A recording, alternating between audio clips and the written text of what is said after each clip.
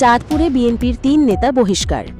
চাঁদপুর প্রতিনিধির পাঠানো তথ্য ও ভিডিও চিত্রে দেখুন বিস্তারিত। চাঁদাবাজি, দখলদারি এবং ভয়ভীতি প্রদর্শনসহ নানা অপকর্মে জড়িত থাকার অভিযোগে চাঁদপুর জেলার ৩ বিএনপি নেতাকে দল থেকে বহিষ্কার করা হয়েছে। গতকাল মঙ্গলবার ২৯ জুলাই বিএনপির সিনিয়র যুগ্ম মহাসচিব অ্যাডভোকেট রুহুল কবির রিজভী স্বাক্ষরিত এক প্রেস বিজ্ঞপ্তিতে এই সিদ্ধান্তের কথা জানানো হয়।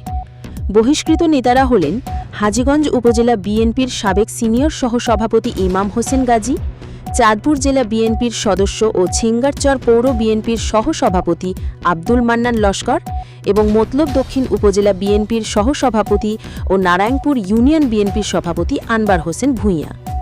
বিজ্ঞপ্তিতে জানানো হয়, দলীয় শৃঙ্খলা ভঙ্গ, সংগঠন বিরোধী কর্মকাণ্ড এবং জনসাধারণের মধ্যে নেতিবাচক প্রভাব বিস্তারকারী আচরণে জড়িত থাকার কারণে তাদের প্রাথমিক সদস্য পদসহ সব পর্যায়ের দলীয় পদ থেকে বহিষ্কার করা হয়েছে। দলের কেন্দ্রীয় সিদ্ধান্ত অনুযায়ী এ ধরনের অপকর্মের সঙ্গে জড়িত কাউকে বিএনপির কোনো পর্যায়ে রাখা হবে না বলেও বিজ্ঞপ্তিতে উল্লেখ করা হয়েছে।